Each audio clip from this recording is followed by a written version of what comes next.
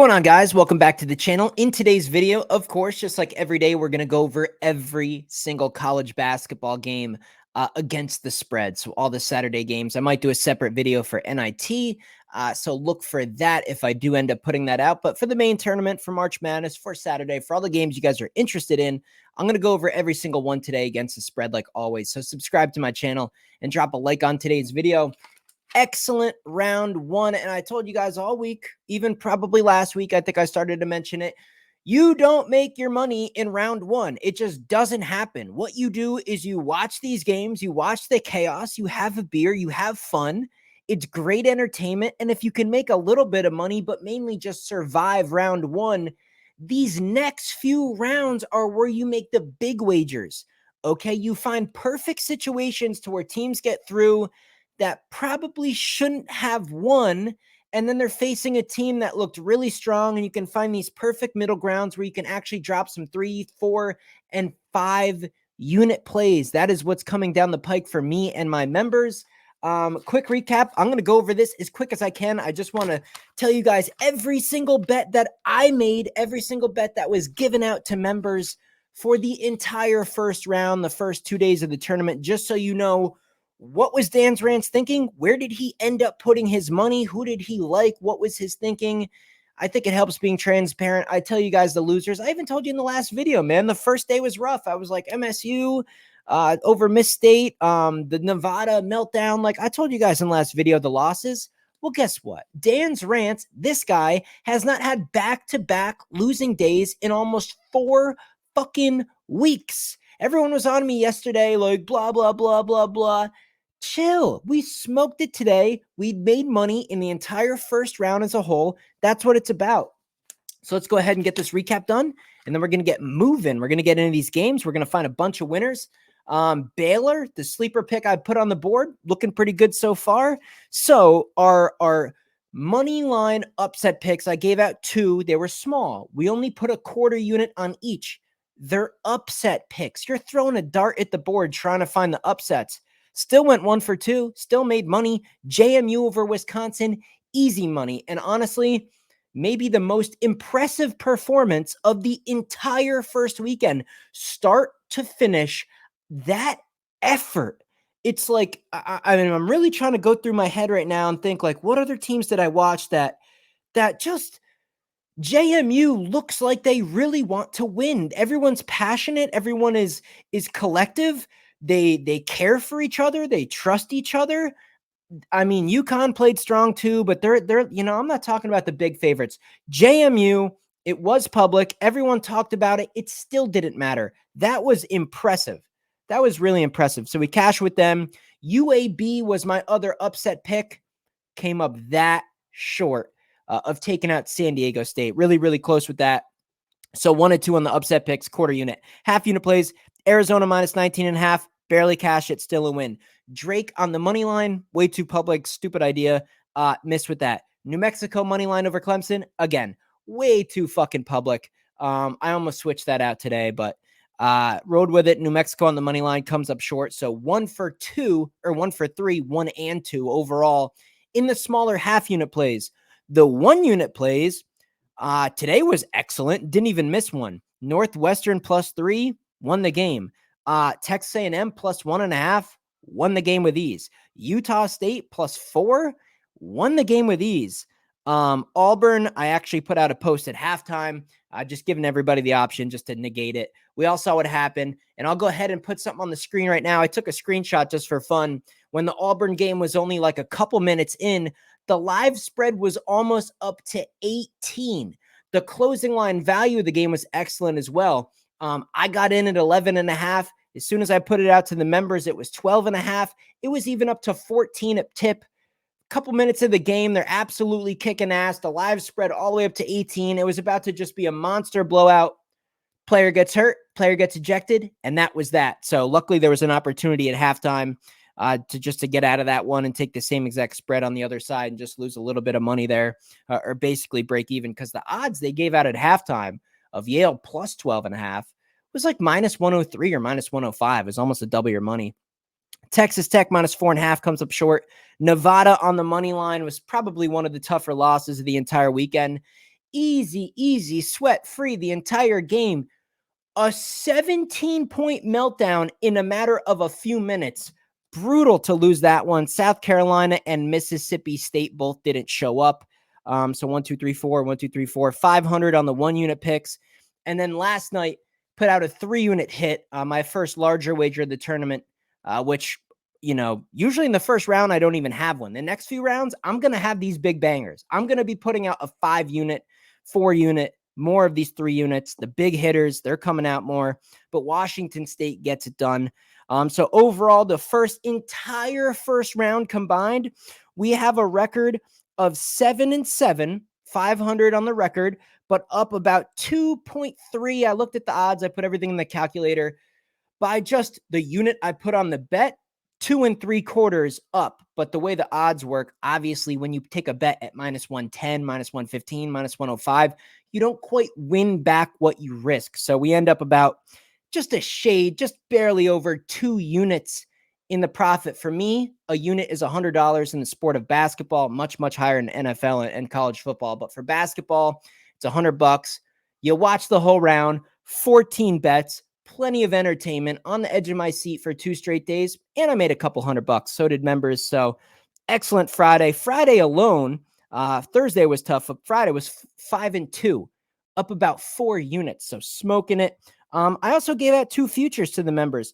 We took both Baylor and Gonzaga to make the Sweet 16. Both are favorites in their next game. So if those two bets come through, that'll be another nice little hitter at a unit apiece. So potentially up even 2 more units after the first round combined. So things are looking good. Winning. You guys see on the bottom of the screen, look at the big record.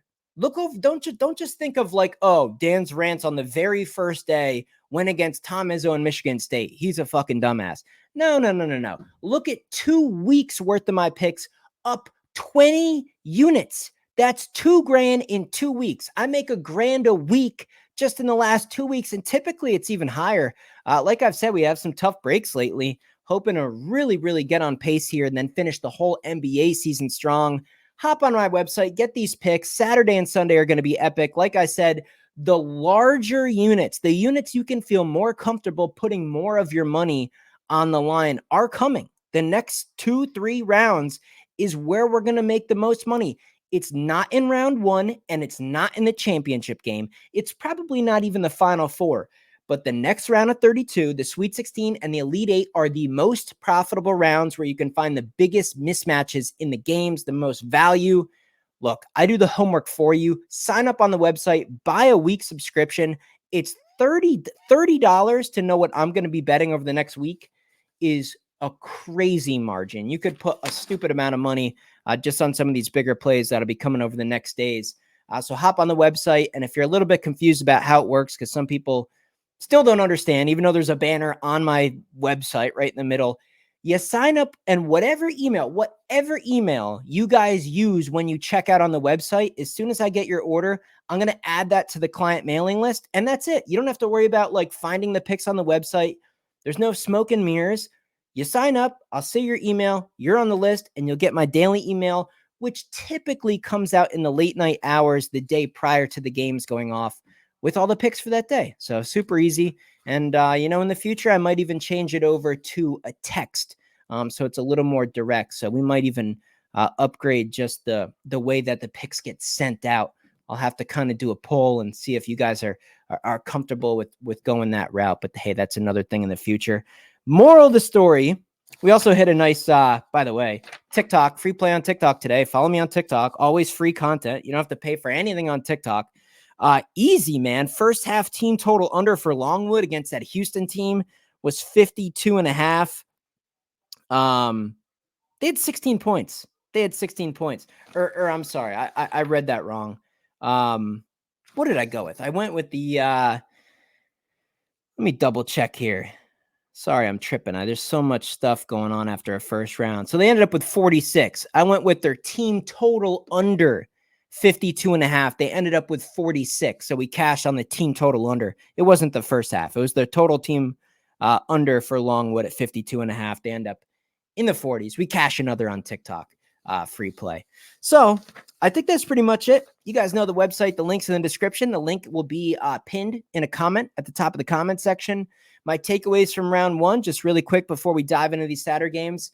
JMU is impressive purely because of they just look locked in. They just look like they want to win. Why do some of these teams not care? It is unbelievable how some of these teams don't care. What? In March Madness? Duke kind of plays with their food. They're lucky Vermont's kind of not that great this year.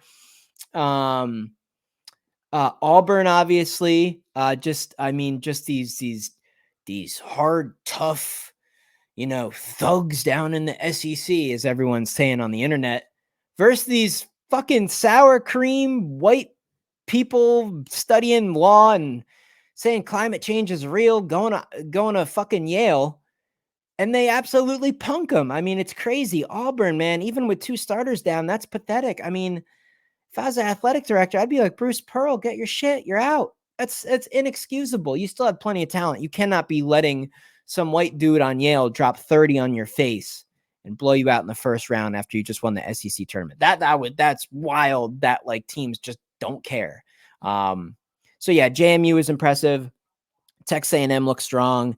I thought their performance was really good. Nebraska is no slouch, so I thought that was better than people are giving credit for. Washington State is sneaky. They might even be able to give Iowa State a run for their money. We're going to go over that game in today's video. Arizona looks strong. Purdue got it out of the way. UConn, they look focused. Yeah, I guess, there was some chaos. And by the way, I'll have another video out that will be uploaded tonight as well with my moneyline challenge where I've been betting every single moneyline underdog. Yeah, I was going to say on the money line again. No, moneyline underdog. We're up a ton of money. I'm not even going to waste any more time checking it in, but I know I'm up a ton already. We put 1 unit on every single money line for the underdogs, and it's already deep into the profit. So we're going to do it for the entire duration of the tournament. We're going to track it each round. I'll have a video out for each round. Go check out those videos if you're just kind of looking for more basketball entertainment. And my SoBet link in the description as well. If you want access to like 60 professionals for $10 a month, a little bit of a more cost-effective approach to get access to pros. I am on SoBet, but I only do a pick a day. Only a pick a day. And, my full card is obviously available through the website. But you go on SoBet, you'll get my pick a day, but you'll get the access to these 60 other pros, guys that have winning percentages that give me a run for my money every single day. So a lot of value in getting on that SoBet platform. You can just look through all the dozens of professionals on there, kind of see what he put out, and just see the picks that correlate between everybody. Maybe put your money on that. That's a pretty good strategy. Let me grab a little bit of fresh paper here. That'll work. Let's dig into the games, man. Let's do it. Here we go. Round 2. This is where it gets real fun. Round 2. Okay. By the way, I'm doing a little time check here. Grand Canyon up 7 on St. Mary's. So that might be another underdog moneyline pick coming in. They're currently up 7 with 5 minutes left. Hopefully they can hold on. Dayton, Arizona. Interesting. Dayton is getting 7.5, 9.5, 9.5. Dayton shouldn't be here. Dayton should not be here. I think Arizona was a little more concerned with being upset again. And the fact that they got that win out of the way, maybe they actually played Dayton a little more like loose and relaxed. 9.5 does feel like a lot of points for a second round March Madness game. I'm going to lay it with Arizona. I think they win by double digits. Laying 9.5 in a second round is always tough, even with an Arizona team that, we've seen their performances. They're kind of a hit or miss team. We don't know what they could get upset by Dayton. It would not shock me. They could win by 25. So I'm going to assume it's somewhere in the middle. They might win by like 12 or 13. I'd have to look at laying the points with Arizona. Gonzaga, Kansas, a 4.5 point spread. Obviously, no Kevin McCullough for Kansas. Kansas extremely lucky with a couple of very fortunate calls at the end of their first round game. Lucky to get by Samford. Gonzaga seems to be peaking at the right time. The spread is 4.5. Of course, with Kansas in the mix, the 5 versus the 4. If this was closer to a pick 'em, I would feel more comfortable, but I have to go with the better team. I still think the Kansas brand, the Kansas name is going to attract enough attention. Just Bill Self, Furphy, Dickinson, who sucks. I think Dickinson can be neutralized by EK. I like the defense from Gonzaga. I think they're a pretty disciplined team. Should be a good game. I don't see either team going like wildly out ahead of the other. I'm going to be shocked if they win by double digits, but I'll go ahead and lay 4.5 with Gonzaga. Michigan State, UNC. What are we going to get here? What are we going to get? Because if we get the Michigan State team that, that we just saw is capable, this is an upset. Michigan State's going to win the game outright. It's hard for me for one impressive game over kind of a bad Mississippi State team to all of a sudden think they're going to beat UNC, especially with Tom Izzo's record against UNC, the history, the trends of Michigan State versus UNC in the tournament. The game is in Charlotte. There's going to be a lot of UNC fans.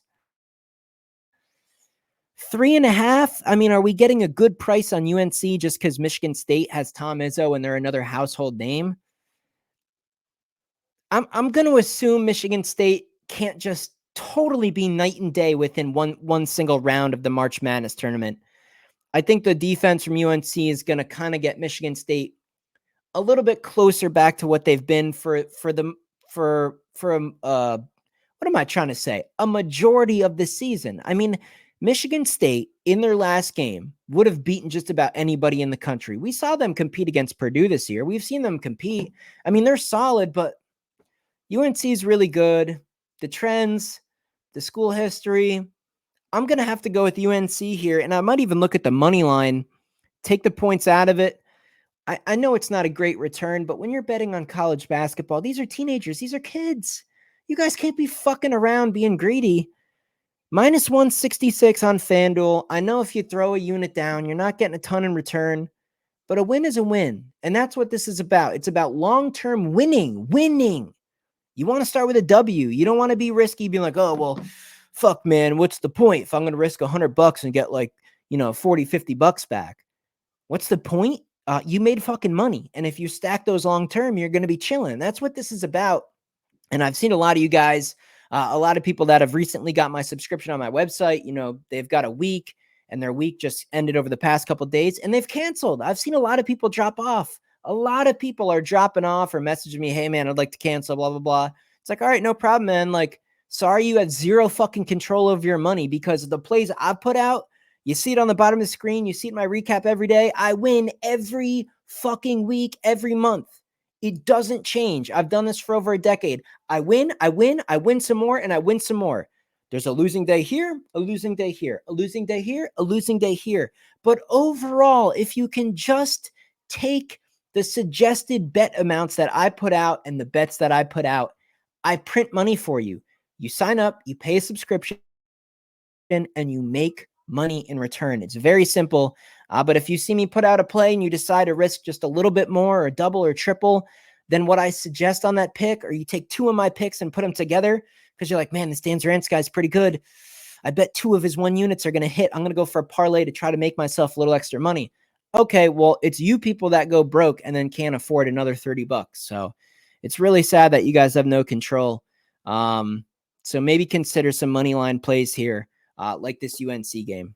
I'll lean UNC covering the spread, though. This is a spread prediction video. Washington State, Iowa State. There's been reverse line movement. Okay, majority of the money's on Iowa State. I believe Iowa State's the better team.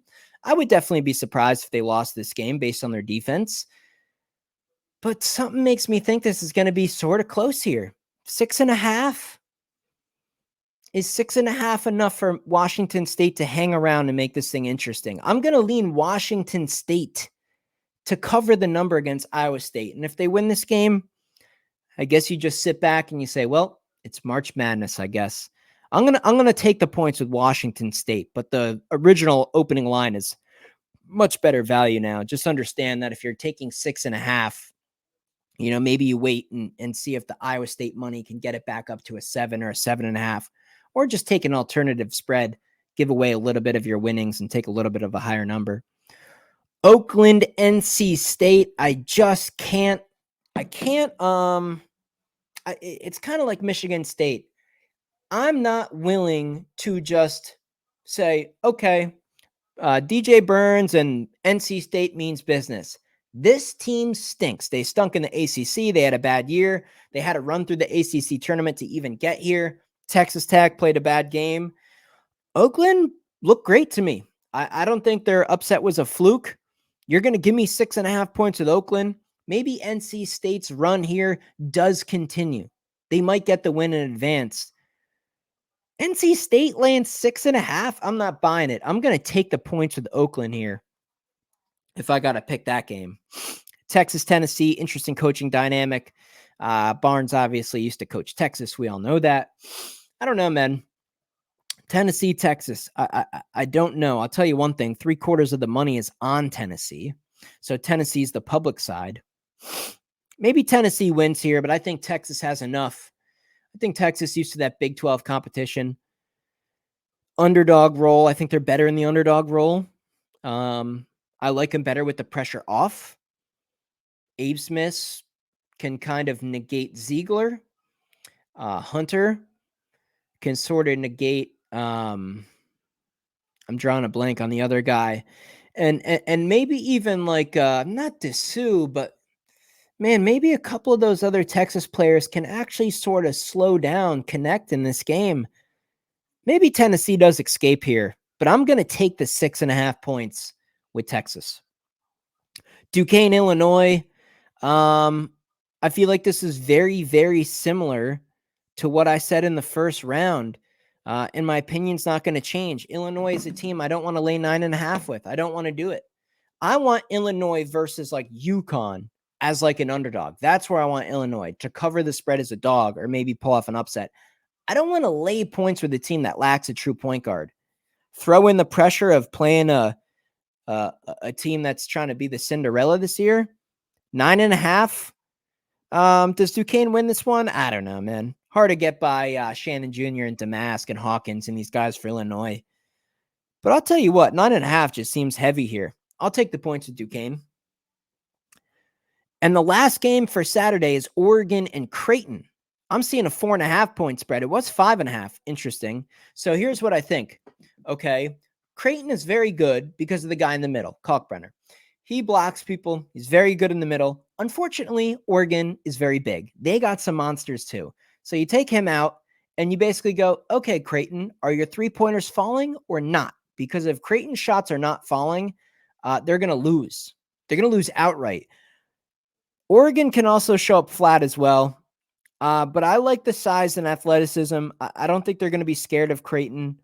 They're here on house money. They shouldn't be this far either. So they're going to play loose and free and just kind of play like they don't have anything to lose. Maybe Creighton escapes by the skin of their teeth in this game. You're going to give me 4.5 points here. I'll take the 4.5 points of the Oregon. So there you go, guys. I will have another video out, of course, for all the Sunday games as well. So make sure you triple check, double check. Make sure you're subscribed with the noties turned on. I'll be dropping a video for every single game, the whole rest of the tournament, and then NBA every single day, just like we've been doing. Again, stop playing around. If you think you can sign up for my picks and actually take what I give out and not change anything, if you think you have that much control to get the email from Dan's Rants on a daily basis and just fucking take what he's taking, I will make money for you.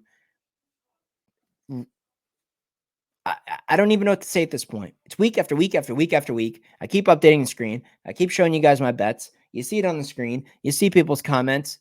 Do you want to make money or do you want to risk making money on your own and saving a little $30 because you don't want to pay for a week subscription? Start making money. Be smart. Take advantage of someone who's been in this and been putting in the work. I think that's pretty much it, guys. Everything, again, all the links are down in the description of the video. I'll see you in the next one.